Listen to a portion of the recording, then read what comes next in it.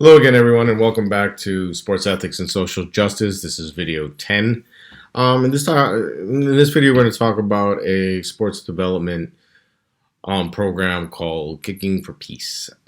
It's a program that was developed in and around the 2010 FIFA World Cup in South Africa. Okay, so the concept is developing peace through sport. So, as you know, the FIFA World Cup in 2010 was held in South Africa. This was the first time that a major international sporting event was held on the continent of Africa itself. So you think about that, just from a worldview. All the Olympic events, all the World Cup events, all the international rugby events, everything in that regard. This is the first time that a major international sporting event was held on the continent of Africa. And there's many, many countries within Africa. From Northern Africa, Egypt, Libya, all the way down through the Congo, Zambia, Zimbabwe, all the way down to the south in South Africa. So for a first major international event to be held on the continent was long overdue.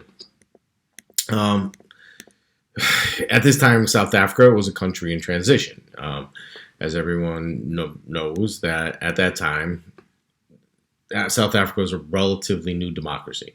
It was a democratic state for roughly 15 years at that time, so about 25 now. In 1994, they held their elections where Nelson Mandela was elected president of the country after being imprisoned for 27 years. I think it was 27 years or thereabouts. And in 1995, there was a new constitution ratified by South Africa, getting rid of apartheid, opening up the country to democracy and equality for all. All right, so relatively new country, so country in transition. So previously in South Africa, under the old regime, pre-1994, pre-Nelson Mandela becoming the president, and before the new constitution, South Africa was engaged in this thing called apartheid, right? We all heard about it. It's legalized segregation, in other words. And basically, in the area of sport, whites and non-whites under apartheid had to play their sports separately. All right, it was a law. This was the way it was done. Whites and non-whites had to organize their sports separately. No mixing of the sports would be allowed.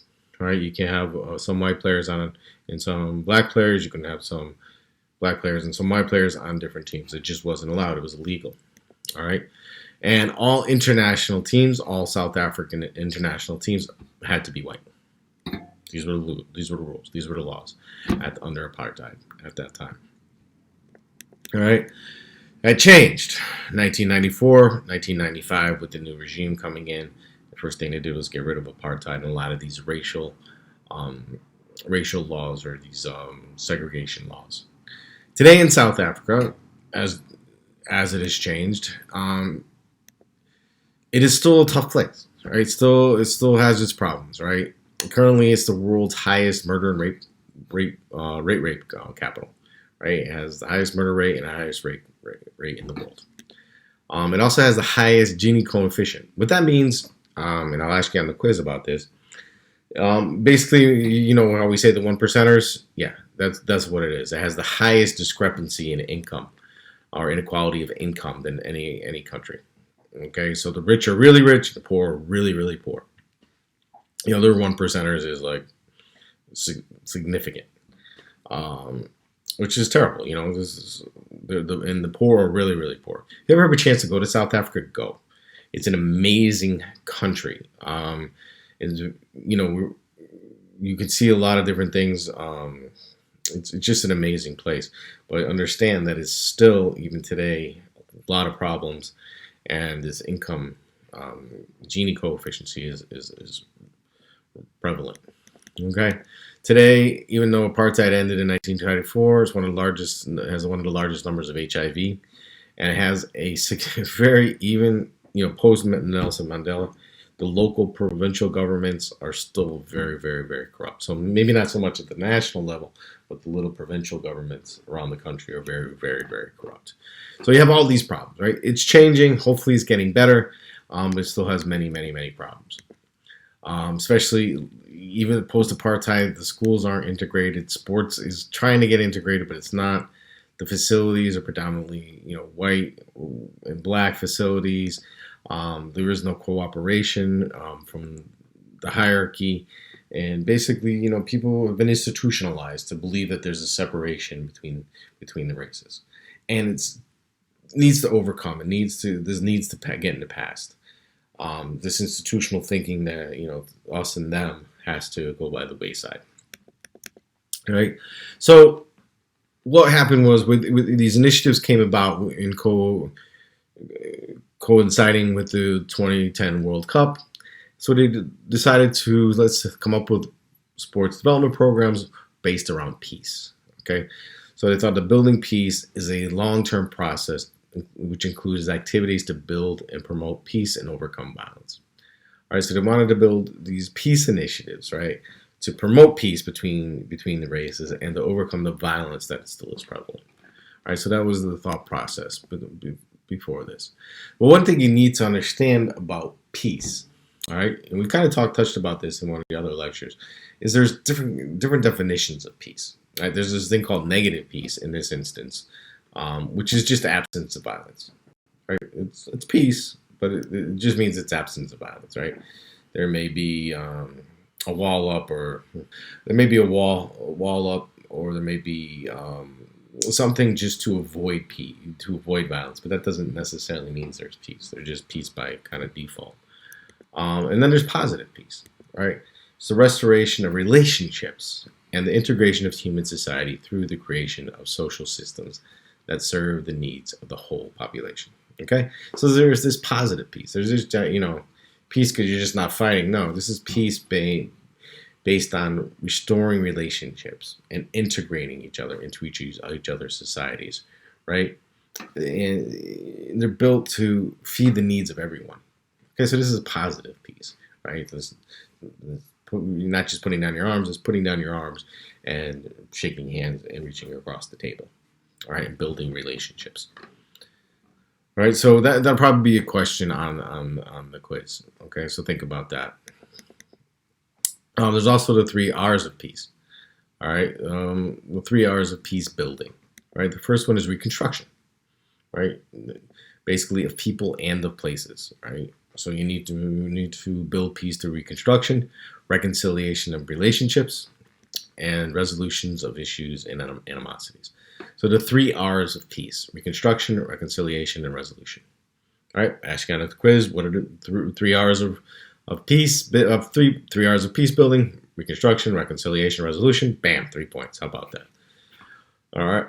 So, in the 3 R's of peace building, the objective is not simply to eliminate or control these factors. It's rather to facilitate change. All right, to facilitate a change process focused on the identified factors to strive for positive, sustainable peace.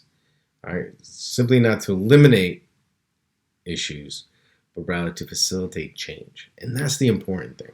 All right, you just can't say, oh, okay, now, this building's integrated. Oh, great. Everybody, one group sits here and one group sits there. No. We have to facilitate change and identify practices that will strive for positivity and positive, sustainable peace. It's interesting in our thinking, too, what peace means. In the Western society, peace, or pax, all right, one of the words for peace, basically means a contractual relationship that implies mutual recognition and agreement. All right, political conditions that ensure justice and social stability. All right, we got peace. All right, politically, we're going to ensure justice and social stability. All right, but for the Black South Africans, their definition of peace is a little different. It's called, I'm going to pronounce this wrong, Uxolo. I don't know how to pronounce it, and I apologize for my ignorance.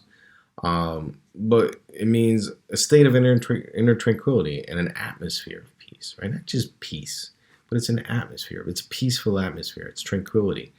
And it also implies forgiveness and healing.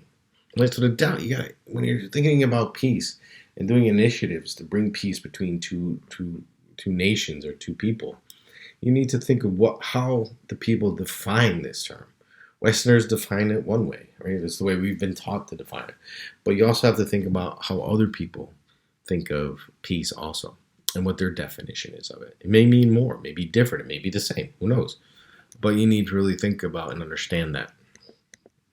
All right, so this Kicking for Peace sport development program came in play around the 2010 World Cup. It was under what they call the Western Cap Network. All right, and it was built on collaboration between the 40 different national governing organizations, the local communities, the University of Western Cape, and the local provincial governments, and the city of Cape Town itself. Right, so it was a huge undertaking. Right, all these NGOs coming in, working with the local communities, the universities, to help build this Kicking for Peace program.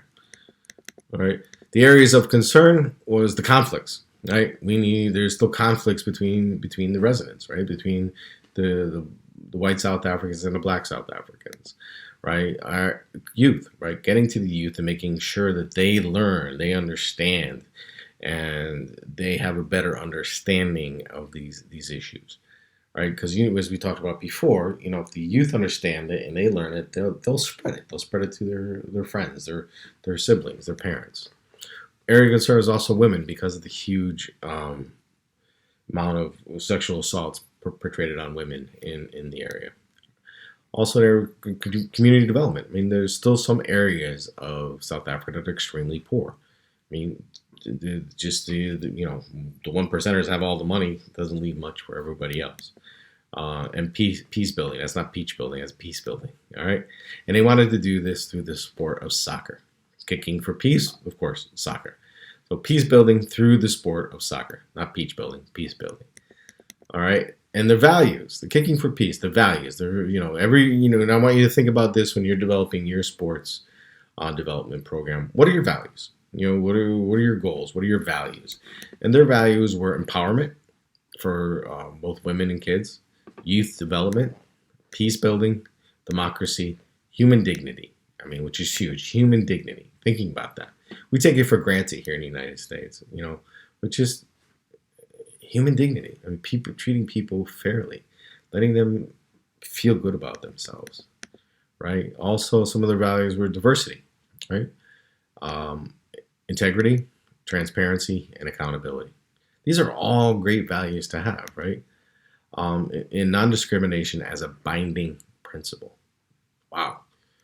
All right, so you got diversity, integrity, transparency, accountability, and non-discrimination as one of its binding principles. So Kicking for Peace, one of their binding principles, one of their huge values was non-discrimination in a country that was divided by apartheid less than 15 years earlier. So a huge undertaking, right?